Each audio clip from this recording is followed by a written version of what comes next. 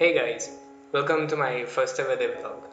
Out of the 3 games that I discussed last time, I ended up picking up the Sirenhead game to work on. The reason is that this character is gaining a lot of attention recently. And even I like this one quite a bit, so it only makes sense to go with this game. So let's get right into this one and see what I got done this week.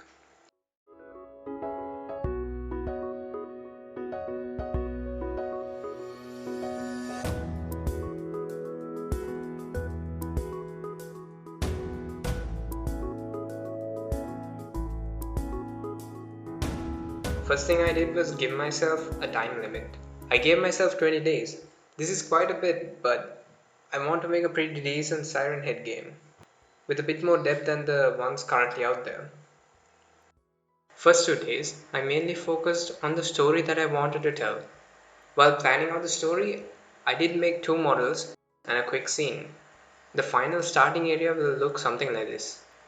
And yes, this will also be included in the game. Afterwards, I wanted to start working on rigging the Sirenhead model, the one that I sculpted earlier, and this happened. Either way, this was the first time rigging a humanoid character. I was pretty sure I followed the tutorial properly, but it didn't seem to work out. The only difference my character and the one in the tutorial had was the pose.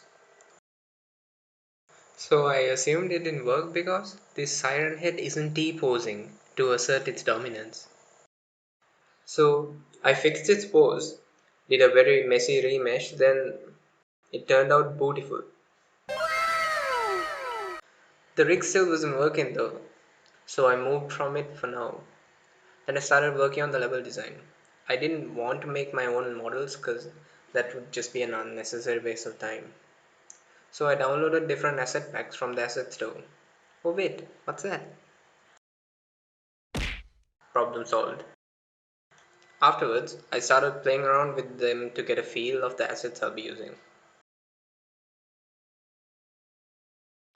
Some needed color adjustments to make them look like they actually belong in the same world.